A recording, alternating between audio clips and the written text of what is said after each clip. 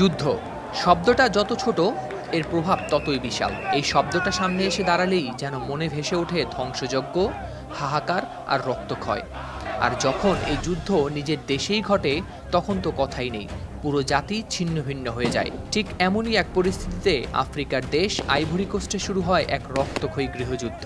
২০০২ সাল থেকে শুরু হওয়া এই গৃহযুদ্ধে দেশটা ভাগ হয়ে যায়, একদিকে বিদ্রোহী বাহিনী আর অন্যদিকে সরকারি বাহিনী। এই অন্ধকারময় সময়ে দেশকে বাঁচাতে এগিয়ে আসেন এক ফুটবল তারকা, দিদিয়ের দ্রগবা। তিনি শুধু খেলার মাঠের নায়ক ছিলেন না, বরং হয়ে উঠলেন জাতীয় ঐক্যের প্রতীক। ফুটবলকে হাতিয়ার করে দেশটাকে শান্তির পথে ফেরানোর উদ্যোগ নেন তিনি। ২০০৫ সাল আইভরি কোস্ট প্রথমবারের মতো যোগ্যতা অর্জন করে বিশ্বকাপ খেলার। পুরো দেশ আনন্দে মেতে ওঠে, কিন্তু দ্রগবা তখন উপলব্ধি করেন তার সামনে থাকা বিশেষ দায়িত্বটা। মাঠের সাজঘরে দাঁড়িয়ে পুরো জাতির উদ্দেশ্যে তিনি এক আবেগঘন বক্তব্য রাখেন, যেখানে তিনি বলেন তারা বিশ্বকাপে জায়গা করে নিয়েছে, আর এবার তাদের উচিত এই যুদ্ধ বন্ধ করে দেশকে বাঁচানো এবং একসাথে এই বিজয় উদযাপন করা।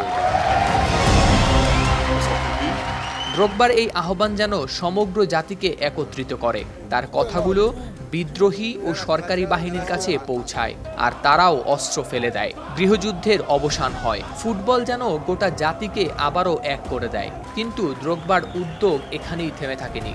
কিছুদিন পরেই তিনি আরেকটি অবিস্মরণীয় পদক্ষেপ নেন।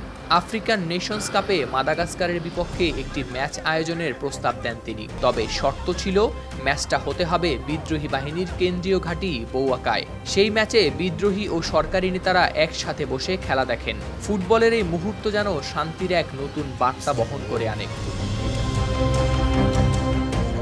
এই ঘটনা দ্রগবাকে নিয়ে যায় এক অনন্য উচ্চতায়। তিনি আর শুধু একজন ফুটবলার রইলেন না, তিনি হয়ে উঠলেন এক শান্তির দূত। তার নেতৃত্বে আইভরি কোস্ট পুনরায় একত্রিত হয়, এক ভাঙা দেশ থেকে আবারও এক ঐক্যবদ্ধ জাতি হয়ে ওঠে।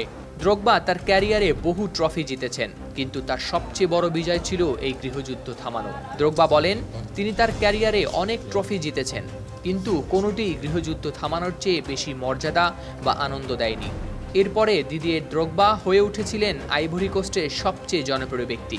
তার এই অবদান শুধু তার দেশের জন্য নয়, পুরো বিশ্বের জন্যই এক অনুপ্রেরণা।